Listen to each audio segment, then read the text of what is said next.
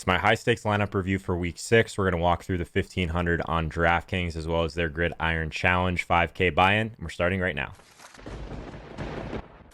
There's one thing that I will say to kind of pump your tires a little bit before we get going. It's like you're really good at sifting through like crowdsourcing information, but sifting through what stuff actually matters. And then roster construction, I think, is probably where your strength is across really any DFS sport that you play. Would you agree with that?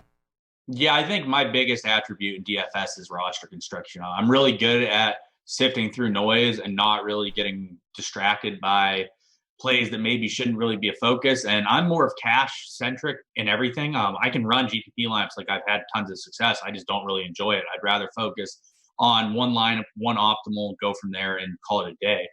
So I'll use different sites and different projections, and I'll crowdsource my information in a bunch of chats I'm in and just sort of see where everyone's at, look through all the projections, then be able to compile my lineups in NFL, which makes NFL really easy because NFL, everything is known. You have an injury report. If a guy's active, he's probably going to play.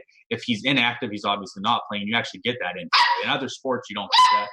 Barkley, as you can see, she's getting hyper. She's barking at her toy currently. But so it's a situation in which I spend a decent amount of time with all of this stuff, but NFL really crowdsourcing and roster construction is really all you need to be successful. If you know how to go through a bunch of info and funnel it out, you'll probably be successful in it. Yeah, I will say that you run with a few people, at least in the NFL and just DFS streets, that have a lot of action going. So maybe if they do some of the initial kind of heavy lifting, you at least can kind of sift through at least things that they're talking about, which is good. But it's always nice to figure out where you're at, because I mean, I know you're still playing a ton of cash games primarily and more single entry stuff. You're one of those guys that's rolling out. We talk about Empire Maker on this a decent amount, just because when we're going through my tournament, he seems like he's someone that's kind of just rolling out his optimal lineup on everything in every tournament. So do you have kind of a similar approach? I know that you MME for other sports, but probably not NFL typically, right? Yeah, for MME, the only time I'll MME in NFL is preseason. Preseason is just much more profitable, so I'll spend my time in preseason. I think I made like 70 or 80 grand this fall, summer, or whatever you want to call it in preseason, just MMEing the main GPPs every day on both sites. So in the preseason, I'll spend the time. In the regular season, I don't really spend the time in MME. The prize pool and the structures are terrible, and it's just a lot more difficult to navigate through the field. So I've done it, and I've had not really tons of success, and it just ends up being a waste of time for me. Because in order to do it properly, you need to spend tons of time setting up all of your rules, setting up all your projections. It's just not really something I spend the time with during the regular season. So mainly I'll focus on my one optimal for each site.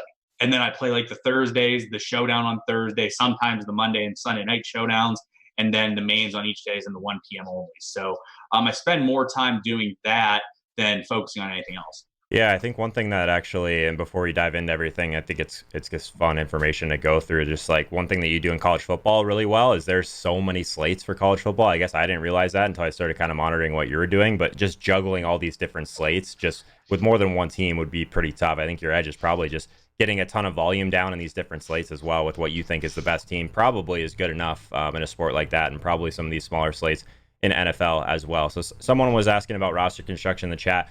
I'm sure we'll get into that. Me and Sean have like one, I feel like, pretty drastic difference in the way we play for NFL. Actually, hockey is the same thing. We've talked about the goalie thing before, but and yeah, Sean's done a ton of stuff with us in the past. He'll probably do more in the future. But so let's kind of jump into at least kind of at the very beginning. I always like to kind of bring everyone over to DraftKings here. And I will say that the tournament that I'm playing specifically, it skews heavier towards something like that Sean does with mostly cash games in one lineup anyway. But I just approach these small fields. If you guys have watched any of my content over the course of the season and last season, it is the 1500 on DraftKings. It is nice because it is a lot flatter than a lot of contests out there. It's a 2x min cash, which I like. The field size only 110 people, so totally different strategy in something like this, and even like a single entry that has like 2,000 people in it. Certainly the Millie Maker is a completely different animal. But Sean, overall, I mean, you've seen me kind of go through the ups and downs of playing this tournament over the past couple of years. Do you think that my approach in it has validity? Do you think that some of these guys that are still game stacking it, is that more of the optimal approach for something like this? Or how would you approach a small field GPP if you were to start playing these? Yeah, I think the way you approach it's really good. The way I would approach it is the way I always approach most things when it comes to DFS is I will run the optimal. So in a situation like this, in a smaller field, you can run optimal and be great. Um, what you do is very valid because this is something we'll talk about. I'm sure Joe's talked about.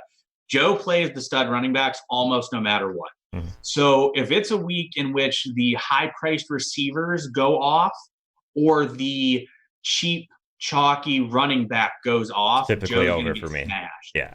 If it's a week where the high priced receivers struggle and the low priced running back that is chalky does not go off, Joe is probably going to have a really good week. This actually, if you told me what happened this week, you would assume Joe would have won the tournament or something very well. It was just a really weird week where that didn't happen. But the way that he goes about it, he goes about playing stud running backs, and he does not usually play the stud receivers and usually finds his value receiver. I generally will play the best value and the best, cheapest option plays, and then I will go from there. It may depend on a week what position those are at compared to what Joe usually does. Joe's works a bit more too, I feel like, if CMC or like Saquon and those guys are in the slate and have really good matchups. When those guys aren't in the slate or don't have great matchups, you end up staring at guys like Zeke or someone else who may not produce as well as those other top guys because they're just not quite as good. Yeah, it's definitely slate specific and a little different, but I mean, yeah, anyone that follows me knows that I jam in as much running back equity as possible, kind of to a fault at times. Like this week, I'm sure we'll talk about Brown, and I have some thoughts on that. But pretty much this is my process every week in NFL. It's kind of like do my thing, do the streams. As soon as I get off stream, I send Sean what I think literally the best plays are, and I'm like, how many of these guys are you actually on? And he's just like, usually he's like, 3 or 4, like that's basically whatever it is. So normally we're really aligned, I would say, on what the best plays are. We just differ, I think, in roster construction and stuff like that. So let's talk about Brown first. Before we even get to my team, I want to at least give my take on Brown. And to do that, I think it would probably be best just to show you guys the sheet that I make available to all my Twitch subscribers. It is kind of what I think matters at each position, but running back specifically, right? So this is something that I'm looking at. I'm trying to get volume. I'm also trying to get guys that are active in the passing game. So the argument in favor of someone like Malcolm Brown, he's 4,300. It's a great game environment for the Rams. They were home favorites. Like he was probably going to get anywhere from, I projected him at almost 17 touches. I think that it still would have been very reasonable to project him for maybe 20 touches, something like that. My issue with Malcolm Brown is he's not active in the passing game. So to me, what is the difference between a guy like Malcolm Brown and Adrian Peterson? There's a couple things. There's one thing is Washington's not good. They were a dog in that game, of course, but the usage, honestly, I didn't see as being that different. I also don't think Malcolm Brown's very good. I also think that the Rams are extremely overrated. So for me, Malcolm Brown was not in play because for the guys that we had, I wasn't going to get stare Le'Veon Bell and Leonard Fournette in the face for these two guys that I think had probably the most solid floor point per dollar at the position, probably. Once you get past these guys that I didn't think we're going to see elite usage, basically. So yeah, it was a slate where I didn't have Christian McCaffrey, right? And these two values in the mid 6K range were kind of staring me in the face. So trying to figure out what to do from there. I'll talk about when I talk about my team, but I know that a lot of people are on Malcolm Brown and a lot of people that I really respect just played him, right? Like the free square, quote unquote. I actually like hate that term. But I do know there's validity to doing that because of the wide receivers that you're typically able to get up to that are just out of my range. So let's hear the cheap running back, I guess, argument and the Malcolm Brown thing this week. Yeah, and here's what I think we'll agree with, but I'll ask this, and I think Joe will say this is true. If Chase Edmond was starting and David Johnson was out, he'd be locking, right? Don't lock. Yeah. Yeah. So the thing is the reason that Joe did not like Malcolm Brown is not because he doesn't think he's good. It's because he doesn't think Malcolm Brown's going to be really active in the pass game. Is that correct? Yeah, hang on. I'm going to turn off our notifications here. That's getting a little much. I appreciate everyone that jumped in, though. Maybe tier 1, 2 months in a row. Maybe you've been around for a lot longer than I feel like, but a couple new followers as well. But yeah, go ahead, Sean. Sorry about that. Oh, no problem. So yeah, so it's a situation with this is sort of the projection, and everyone, it looked like most of the projections had Malcolm Brown for like 11, 12 points, had like for 15 to 20 touches. So the thing is, with 15 to 20 touches at 4,300 on a slate where you needed value and it really helped, and the top end receivers were in good spots. It was just a matter of whether they'll produce or not, but they were all in solid spots. So the idea with Malcolm Brown is you're going to get 15 to 20 touches, maybe even 25. Like you have upside with him based on everything we know.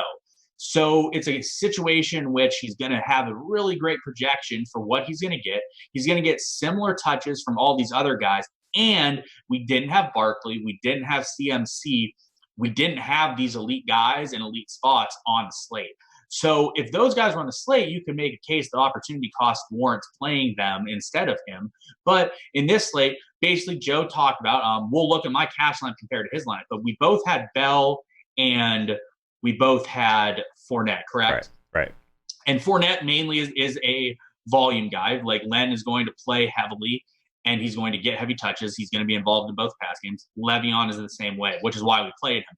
So the thought process is you ended up playing, I believe you were between Zeke and Chubb. Yeah, I ended up playing Dalvin, but I just brought up your lineup too, and honestly, like exactly what you're saying. Like this is a chalky lineup. This is an optimal type feel, but like we're getting at is what you did at running back by playing Malcolm Brown got you to DeAndre Hopkins, got you to Cooper Kupp. DeAndre Hopkins, like you could make an argument that his like projection was very comparable to someone like Dalvin Cook. I still am always going to skew towards the running back in that situation, but I acknowledge that Hopkins was still like an elite play, especially in like the games that you're in. Yeah, so it's a situation in which the way that I'm looking at this is how I'm looking at where our lineups were. And I like Dalvin Cook, but Dalvin Cook, you'd agree, wasn't an elite matchup, correct? Correct. Yeah. I mean, I think you could still probably say that through the air he could have got there. That's like obviously where Philly has been struggling, even to running backs. But I mean, we saw what Diggs did, which we'll talk about. But yeah, I mean, realistically, we were on a lot of the same plays. The only difference is I chose to pay up for Dalvin Cook. You paid down for Malcolm, and then my wide receivers obviously at that point are a lot more thin. And like getting up to someone like Hopkins and Cooper Kupp, like those guys were like some of the highest equity plays on the slate, but they were expensive. So it was a weird slate to where like I get it. Like since Malcolm Brown, ultimately failed, I probably deserve better, at least with my typical kind of strategy. But we didn't have those elite guys this week anyway. So it was kind of a unfortunate week, I guess, for a guy like this to fail because it could have set up really well. You never know. But in general, like I even would say that the Gallman week, I don't think that he really compares to Malcolm Brown either, because we've seen Gallman at least be capable in the passing game. And if he was going to see that entire role that Saquon left behind, then he was a lot more in play than Malcolm Brown was for me. I don't know. It's easy to sit here and say that I don't think Malcolm Brown was a good play, but I don't think Malcolm Brown was a good play. I said that right away in the beginning of the morning. But there's got to be, and was it just a roster construction thing for you at that point because you wanted those wide receivers so bad? Yeah, and like we talked about, like Malcolm Brown, this is the thing, and Doozy talks about him not being a great play and not being a great matchup at Henderson. The thing is going into the game, we had really no indication that Henderson was going to be a threat. We had all indication that Henderson was not going to be a threat and that Brown's going to be a bell cow. So you look at the situation like, okay, worst case scenario, I get 65% of the snaps. He's a good play. Best case scenario, he gets 85, 90% of the snaps. He's the best play on the slate. So it's one of those things for me. Dalvin, you probably would project around 25 touches or so for Dalvin. Malcolm Brown, I think projecting 17 or 18 touches is pretty fair for Dalvin. Yeah. So the question you come to is DeAndre Hopkins worth giving up 6 or 7 running back touches? Or would you rather play, let's say, a 4K guy that Joe probably had to play was probably like was probably Preston Williams or Jameson Crowder was probably the guys you're looking at. So it's basically that 2v2. You have a little bit more salary with the Malcolm Brown side than you would the other way, but for all intents and purposes, it's a similar 2v2. So you're not necessarily playing Malcolm Brown because Malcolm Brown's some god that's going to go out there and get you 30, 35 points. You're playing Malcolm Brown because he's probably going to get 15 to 20 touches. He's probably going to get you 10 to 15 points. You normally project Dalvin to get you, I would say, 15 to 20 or so. Is that worth what you want with receivers? So it's a situation like, I believe still Malcolm Brown ended up with 65 or 70% of the snaps. I'd have to look. The issue is the LA didn't move the ball at all. Jared Goff is his usual terrible self, and they had no ability to move the ball at all. So with all of that, it ended up being a situation where Malcolm Brown still played what you would expect to play. There was just no snaps to go around. I mean, he had 40 yards on the first drive, and then he had 0 stats the rest of the game because he just had negative runs or they worked in Henderson. I'll say too, like, and I talked about this on stream on Sunday mornings. If anyone's in here for the first time, I'm not sure if you would be, but if you are, I do stream at 11:30 Eastern time, right before Al on Sunday mornings, and then been doing some streams after kickoff as well. So make sure you stick around for that.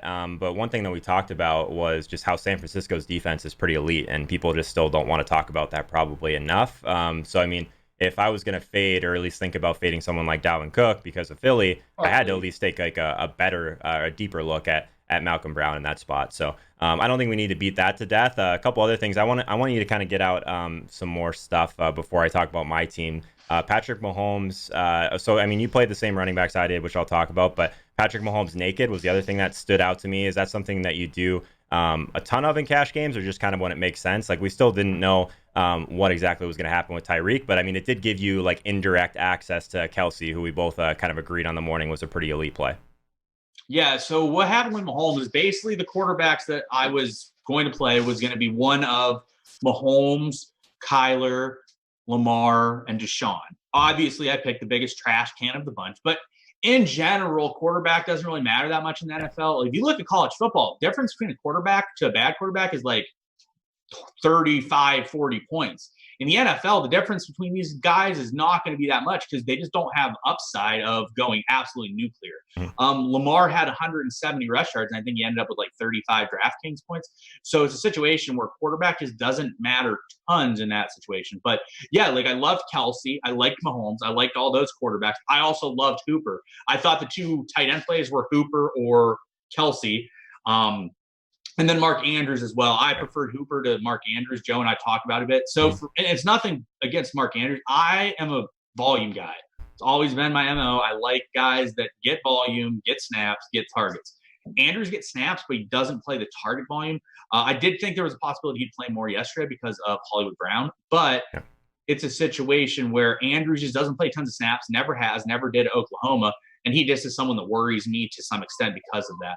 But the Mahomes play was more so just because I'm playing one of those 4 quarterbacks, and the way that I like construction the most, it ended up on him. Yeah. My other alternative lineups that I considered were going Kyler and Julio over Kupp and Mahomes. I considered doing a different lineup where I had Larry, Kyler, and Kelsey compared to the guys I had. And none of the constructions I really had worked with Watson or Lamar, but I would have played them as well. Yeah, I love how you have that wrinkle of like knowing what someone's production was like in college too. That like allowed you to get. I mean, you were pretty early on someone like Waller as well, a tight end who. I mean, you talked about him from the very start of the season, so that was great. A couple guys in the chat too, just asking about your naked Mahomes. We touched on that quite a bit. In a cash game lineup, correlation doesn't mean as much. Yeah, I'd agree with that. But apparently, the snap share Brown versus Henderson, thanks for that miss, 68-32. So it was a little bit closer than we thought, but they were behind. So I mean, we could have kind of seen that coming a little bit. And quick to go back on that, like we thought that he would have the 15 to 20 touches. I think he ended up having 11 and then a target or something. Yeah. They only ran 42 offensive snaps or some absurdly low number. And then there's also talk of Henderson being the receiving back. Henderson is a receiving back and he's good out of the backfield, but his pass protection is not great. They didn't use him as pass protection at Memphis at all. So I think there was a pretty good chance yesterday that no matter what, in pass downs, they would still run Malcolm Brown, even though Henderson is a better receiver. But they don't really trust Henderson, I don't think, to pass pro. So like I said, everything dictated. You're not playing Malcolm Brown because his matchup's great. You're playing Malcolm Brown because you're expecting the volume, not anything else. And I obviously, if I had the option to pair Mahomes with Kelsey, I would have played Kelsey. Sure. It just didn't really work out to where my price point got to Kelsey, and I loved Hooper as well. And you couldn't play a single receiver. So in that situation, the only option was to run naked Mahomes. But if I had the option to pair him, I would have.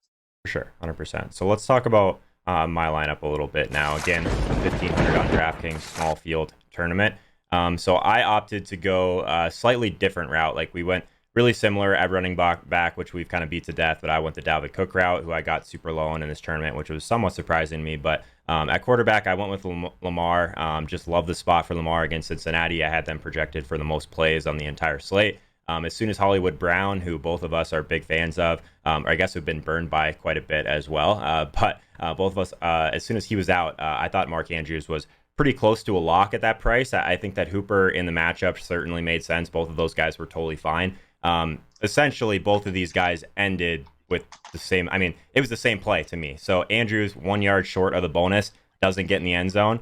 Andrews gets the bonus and gets in the end zone. He has the identical, like literally the identical score as Hooper gave us. So I'm not going to beat myself up over that. He's the only guy in the red zone. I honestly think that my argument in favor of Andrews over him, even aside from correlation, Andrews, like we knew they were going to go there in the red zone, right? So like at that point, like Hooper, it could have been Julio, it could have been Sanu, it could have been all of these guys that could kind of eat into his target share in the red zone. I didn't see anyone that was really going to kind of siphon that from him outside of maybe Mark Ingram, who I also thought was overpriced. So Andrews, I thought was great, 20% in this tournament. I do want to bring up the Millie here too, just so I have that to look at. But yeah, so that was kind of my main correlation play. Decided not to bring it back with anyone on Cincy. I did consider Tyler Boyd. I just didn't end up on a construction that landed me on there because I wanted to play Odell Beckham. So Cooper Kupp, I acknowledge how good of a play Cooper Kupp was. So many people were on him for a lot of great reasons, even though it was a tough matchup against San Fran.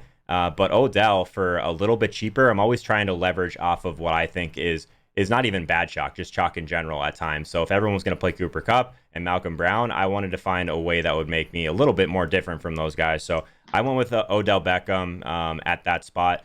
So I talked about this again on Sunday morning as well, and I'll bring you guys back over to my spreadsheet here. So Odell Beckham, if we're just looking at something like weighted opportunity rating, I mean, I think it's the best metric there is for wide receivers. Shout out Josh Hermsmeyer, Areas.com. It's free. I get nothing for saying that, but check it out. Great data. 6,800. It just felt like we've gone too far on this guy, right? He's still top 10 in weighted opportunity rating. He's someone that if he takes a short slant to the house could easily happen against Seattle because that's an area of the field where Seattle has really struggled to defend. So 6,800, Odell Beckham versus Cooper Kupp. Cooper Kupp sitting at a higher ownership likely than Odell, especially in this tournament.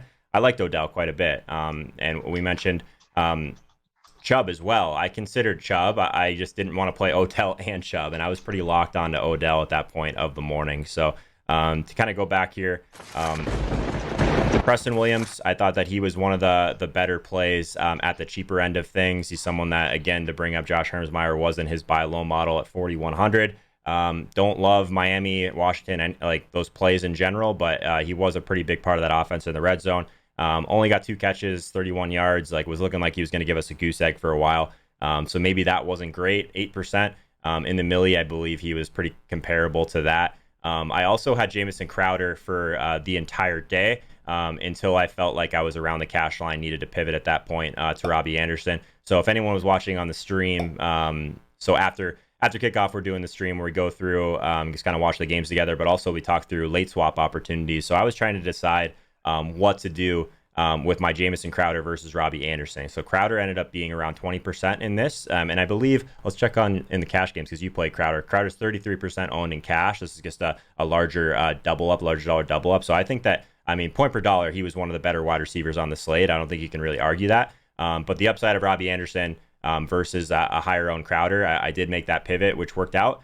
Still didn't get me above the cash line, unfortunately, after kind of the afternoon games. But I was also considering in the morning, I really like the Jets defense. I know you ended up on them for that price. I loved the idea of going up $400 to the Cardinals. And before you kind of give your take on that, Sean, I want to talk about that quickly. So the Cardinals, 1,900.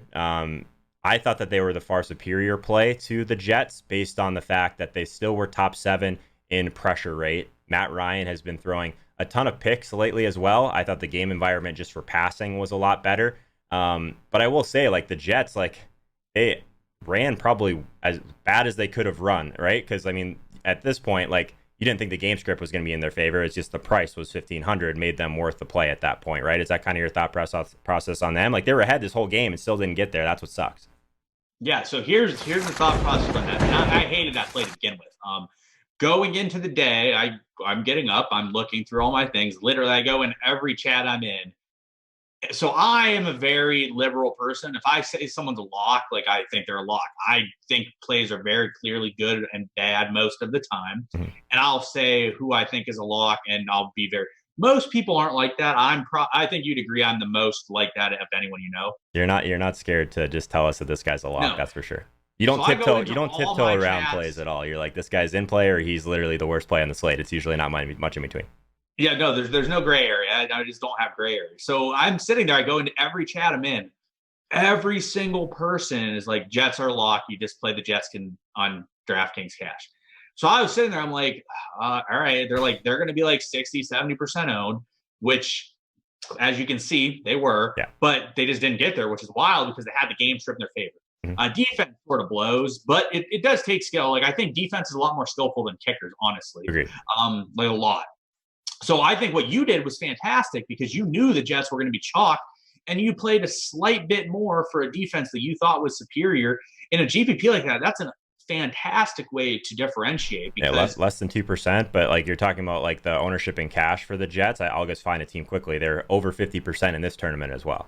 Yeah, exactly. So you get a situation where you get a defense for basically the same price. Like there's a slight difference, but it's effectively the same. You get a 1% owned defense against a 60% owned defense that is basically the same price. If the Jets lose to the Cardinals, let's say the Cardinals get 10 and the Jets get the 1.5, you have a massive leg up on everyone in the field. Or not everyone, but you have a leg up on 55% of the field. That's huge. Now, granted, if the Jets end up putting up 10 and the Cardinals put up 1, you're kind of screwed. Sure. But you're trying to win in cash and GPP here. Even though it's a smaller field, that's a great way to differentiate. So it's a situation where I think what you did was really, really fantastic for GPP. And then in cash, I think you just play the Jets because that's who everybody's going to play. It wasn't a bad play.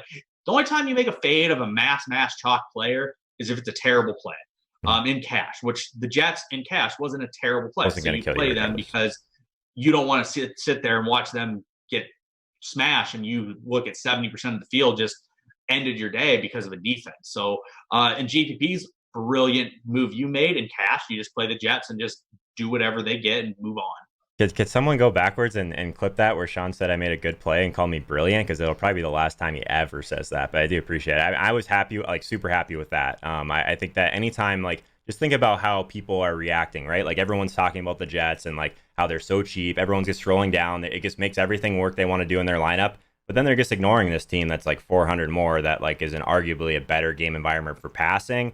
Pressures more. Like, I don't know. I thought the Cardinals were great. I mean, yeah, the results weren't there, but I would do that 100 out of 100 times. So outside the rest of the lineups, yeah, I made that pivot. Le'Veon Bell versus Leonard Fournette. I think that those guys had probably the best floor on the entire slate. I think that most people would agree with that. The Lamar, I mean, I was on the same quarterbacks as you. I was on Lamar, I was on Kyler, and then I was trying to figure out routes to Mahomes that made sense, but I didn't make a Mahomes-Kelsey team I liked the entire morning. So I was kind of on Andrews at that point after Hollywood was ruled out. I love Lamar. I played Lamar a ton this year just because of this floor. So 2 weeks in a row, I don't know if anyone can say this, 2 weeks in a row, I've gotten 25 plus for my quarterback and not gotten one passing touchdown. Kyler last week and then Lamar this week. So I guess you know this, I mean, probably better than most just because of how much college football you play. Like the rushing upside of a guy like Lamar, who is totally different than the rest of the league and even some of these other guys that run a decent amount. I think that the floor you get and the ceiling is just so much higher.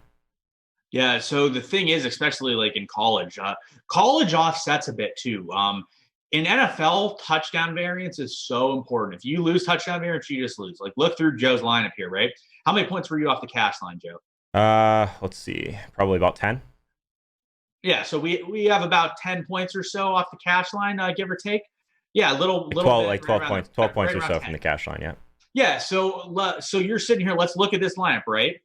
Joe plays Lamar. Lamar runs one in. He had about 400 yards offense. Doesn't score more than one touchdown. It's bad luck. Actually, a funny story in that college football. College football last weekend, I had 3 running backs that accounted for 700 yards. I didn't get a touchdown until like after 700 yards was wild. But so, anyways, in college football, yardage and bonuses and catches sort of offset touchdown variance a bit. Like I could have a guy. I had my quarterback this weekend basically put up a dud for Oklahoma, Jalen Hurts. It wasn't a dud, but like it was a bad game for him. He played terrible, looked bad, didn't score the touchdowns. I think he had like 42.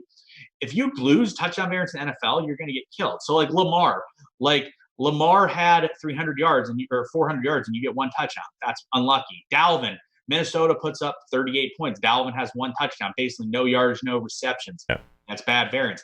Leonard got his 30 touches again.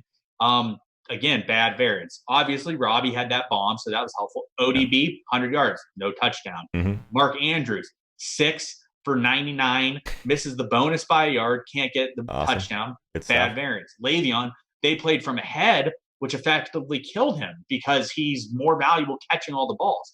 So like you look through Joe's lineup here, he ran terrible in touchdown variance in Still 6 almost of got there. 7 spots. Still almost got there. Yeah, it's nuts. I didn't even think about it as it being that bad, honestly. But it's funny because like we're obviously going through this as the day goes on with like DK Live on the side, and anytime Leonard Fournette gets like a carry for 2 yards, like the chat just goes nuts because it's like so funny, like how inefficient he can be at times. So yeah, it was kind of I guess tilting to go through that. And anytime you get a guy that doesn't quite hit the bonus, it's not great. But couple guys in the chat, the real nasty 8 Inwood Giants, Bird at 9182, DFS Cash Cruncher, all with a Twitch Prime. I really appreciate that, guys. Honestly, if you do have an Amazon Prime account, make sure you're at least taking advantage of that free Twitch Prime subscription. Best way to help us out for free. And I know a lot of you guys are probably watching a lot of DFS streamers here and there, so just getting that Twitch Prime from you guys means a lot. So I appreciate that. All the content throughout the week, if you kind of like what you're hearing, this type of in-depth analysis. I do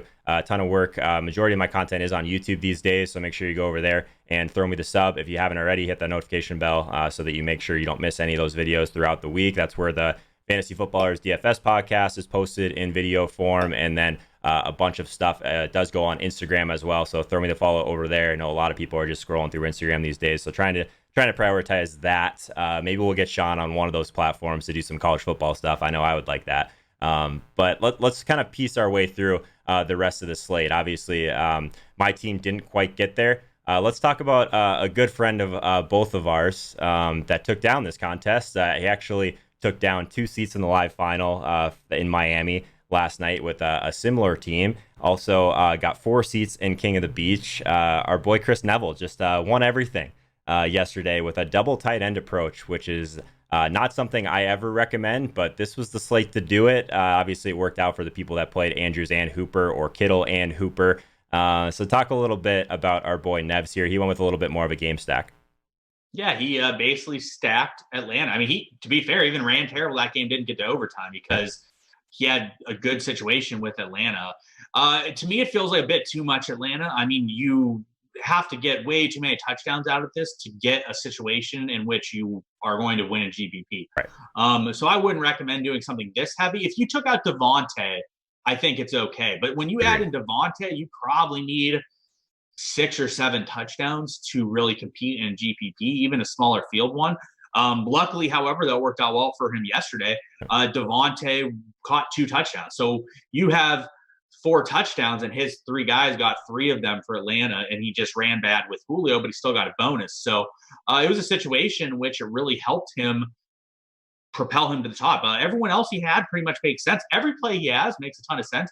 It's just a little bit too much Atlanta to really get value out of all 4 of them. Yeah, I talked to him about it last night, and I'll be objective about this, even though Nevs is a good buddy of mine. We went to the live final for NHL together last year, but he has some good plays in here. This isn't just never a construction that I land on in a million years, and I told him that. But Tyreek's great. Yeah, Tyreek so the Tyreek thing, like here's my Tyreek, I guess, worry, like that Jay Glazer video that comes out on Sunday morning just comes across my Twitter feed, right? So I look at it, and they're saying they're going to swap him in and out. They're going to rotate him through because of that groin thing. So for me, like Odell was still the superior play to Tyreek, in my opinion. They ended up on a very similar point total anyway, but Tyreek gets 2 touchdowns. So everyone thinks that Tyreek was just such a sharp play, which maybe he was. He's obviously has a ton of upside. So 10% Tyreek got there for Nevs, which was great. If I will say too that if I was just going to stack up Atlanta, there's not in a million years I would have had at least something coming back from Arizona on that side of it. His argument for Devonta Freeman was at least somewhat valid. I think that getting a guy that was 5% versus kind of these other mid-range guys that everyone's jamming in Bell, everyone's jamming in Fournette, everyone wants to at least consider someone like Chris Carson. I thought all those guys were better plays than than Freeman. But at 5%, that really propelled him in a game environment that we did love.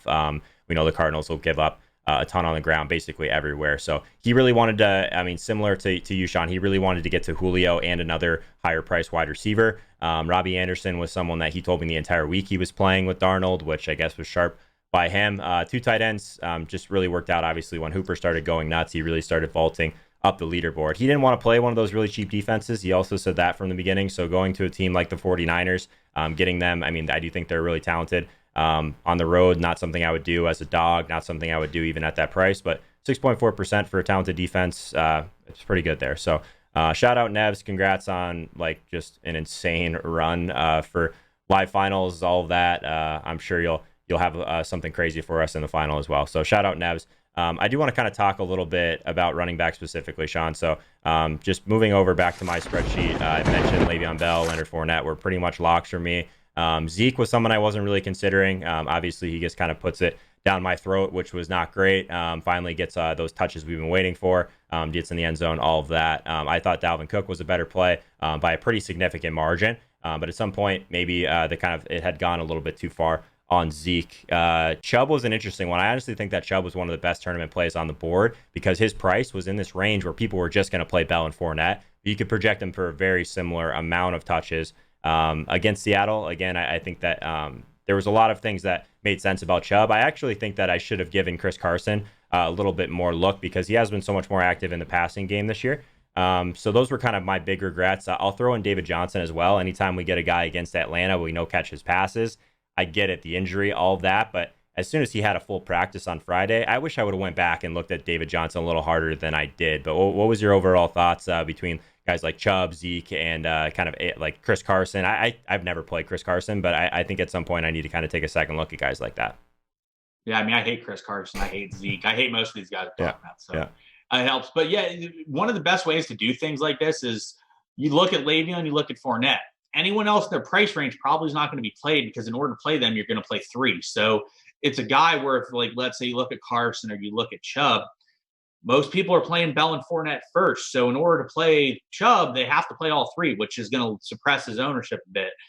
They were both solid plays. My issue with Carson is I just am not a fan. I just think he can get phased out of games. I know he sort of hasn't been, but I mean, how many times can he fumble the ball and still get carries? The issue is they just don't have anyone else right now. But him and Chubb both made sense yesterday. Like I said, I just was going to play Malcolm Brown. So when you look at the cash why it goes exactly what I said, right?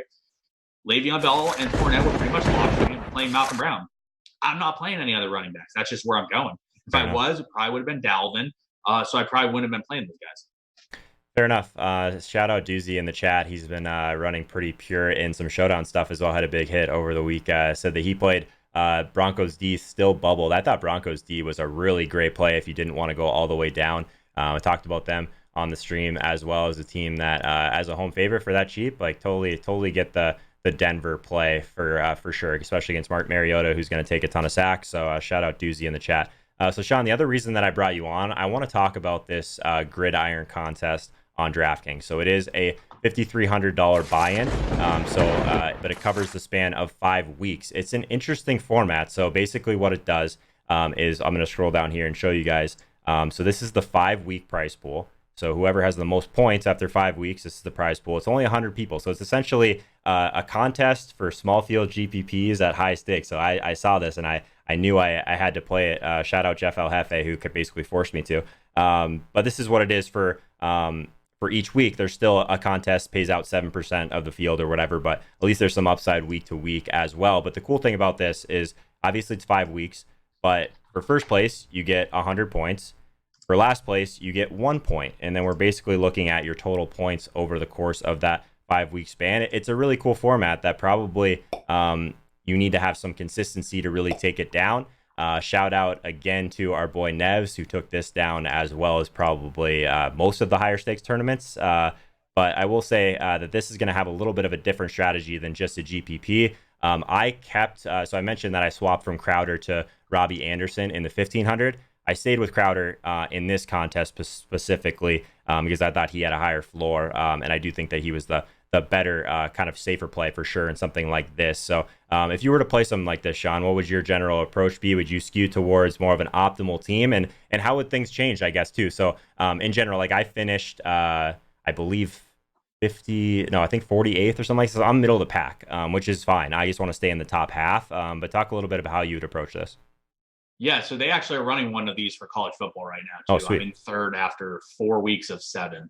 Um, so they have it's literally straight optimal until you fall behind. Okay. If you fall behind, that's when you switch it up. But the problem is like people start doing wonky stuff anyways, and the optimal becomes more optimal Yeah. because people don't run optimal.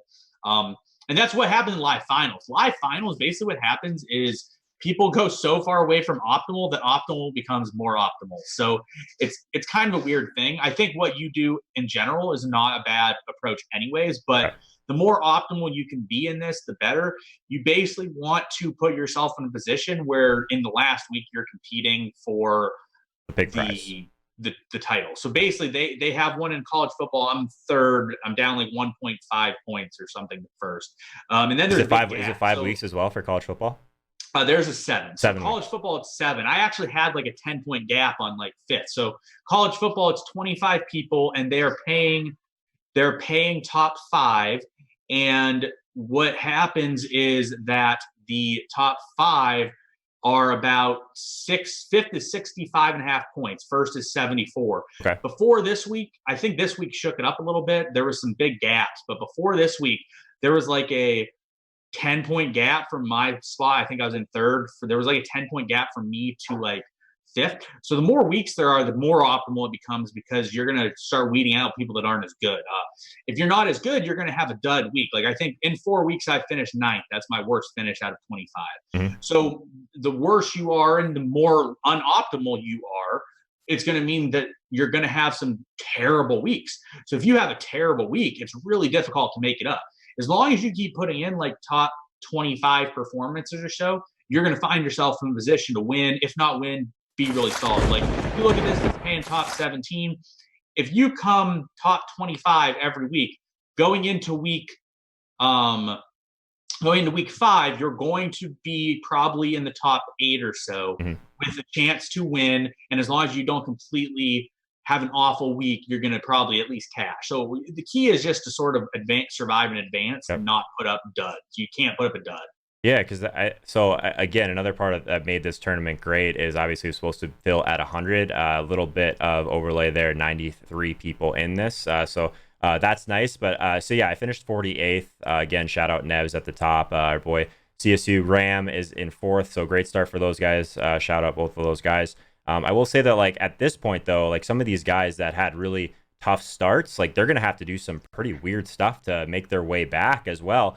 So let's talk about your boy Wiggins, Makasupa. Like this is just a team that like I don't think there was really anything wrong with this team by any means. Ran pretty bad at wide receiver, of course, and then did have kind of an off the wall Damian type play. So maybe he's doing something similar, just kind of rolling out an optimal with kind of a tweak there. But someone like Wiggins, like at what point does he have to start like really trying to make up some ground? Like I would assume that he's going to have some kind of weird teams coming along, starting off kind of behind the 8 ball here. Yeah, right now he's already got to spread things out. Mhm. If you put in, and the nice thing for you, and this is why you look at a tournament like this, and you now, especially if you are near the top, run optimals because people aren't going to run optimals. And if you look at the people down here, a lot of the best names in DFS football are down here because it was a really bad week for high stakes regs. Most of the plays that everyone viewed as optimal did really poorly. So like you see Yoda Cow, you see Hoop, you see A.E. Jones, you see Wakey Wakey, you see Maki Supa. Mhm. These are some big names that are really, really good at NFL. Yep. Whereas you might see more people that are a little bit more random up near the top who might not be as consistently good because they're not cash game players. So it's a situation where I see a lot of guys that I've never heard of in the top of this, to be fair. So you have a situation where a lot of the guys at the top, they're probably at the top because they run more GPP lineups. Like these guys aren't cash game specialists that are good at finding the optimal. The way that I look at cash games, if you're good at cash games, you're good at knowing what the best plays are on a consistent basis. If you're not good at cash games, you probably are not good at finding consistently great plays each and every week, and you play more GPP style, Mhm. which is fine. It's just a matter of how you play. But so, for example, let's say you're someone like Maki Supa. You cannot, if you finish first next week, you're probably still going to find yourself in the middle of the pack in this tournament. Mhm. If you finish first again the next week, you're probably still finding yourself outside of the cash range. Because So you got a that one situation just where kills you. That's it just you kills don't you. have an entire week of points that you could have gotten. That's crazy. Correct. To basically to have a good performance in something like this, you need to have a consistent performance where you probably can't finish outside the top 50. You could probably have like a 50th because, like, let's say you were to win next week, right? Mm-hmm. If you win next week, you're probably going to be in the top 15 or so, give or Right. take. So you can totally have a 50th or something. You just can't have a 93rd. So it's a situation where I think you want your total points to be. It's a little bit difficult because I think they give points for your performance, whereas I look at it as like you need to have a certain amount of points based on your position. The way I look at it, I think you need to average probably like a 25th place finish to do well. Yeah. Maybe like a top 30th to cash. If you like average like a top 20th place, you'll probably be in the top 5 or so. Yeah, it's and shout out Thuzy again in the chat. He said it's nice to see some other people with Ertz. Well, I guess part of my strategy originally, I was thinking about it going in two ways, right? Like what I basically did was still what I thought was closer to what I would normally do. But I do think there was probably some value in trying to get ahead as well. Like if you really want to just punt this thing off and just have a team that you think has a chance to get to the top and then kind of run optimal from there, I think that would have been fine. There's a lot of names here at the bottom that are I consider very good tournament players. So even like Bales like went completely off the board with some of these plays. Got some super low ownership there. But even like someone like Papa Gates, we talk about this on the channel a lot too. Like he's almost always running a game stack no matter what he's in. So seeing some of these names, I kind of had a feeling that a lot of people weren't going to run their optimal in this. So at that point, that's what I decided to do. But I think we're going to see some pretty crazy teams for some of these teams down here. So I'm just going to continue to look at it as a 5-week sample, just really trying to put in some of the best teams I can into this thing. So overall, do you think that I should have still made that pivot to Robbie Anderson? Or I don't know. It didn't end up being really that much. It was only a 10-point difference, but a 10-point difference in this would have been the difference between finishing 48th and finishing about 35th. So decent. I mean, that could matter at the end, but how would you be approaching late swap? Well, you got to look the other way. It was the difference for you between finishing 48th and what? Let's see. You got to scroll down. So take off 10 points and let's see where you would have got. Yeah, so 66. So then you're in trouble. You get a 66. You're in pretty bad shape. Yeah. Now that said, you weren't in terrible shape to begin with, and if Robbie and Crowder end up evening out, it wouldn't matter that much. Obviously, you ended up on the right side of it. Sure. But the way to go about it is if you need to make a swap like that, like you can't put up a dud week. So if you're in a situation where you're going to put up a dud week, you need to sort of try to go a little higher variance in the later games to try to swap up there. Whereas like it's a good situation where later on, if you have a major league, you can sort of see who everyone else has and you can block people based on where you're at in the 4 o'clock games. So you can sort of block upside if you need to too, or something like that. It's a good strategy spot as well.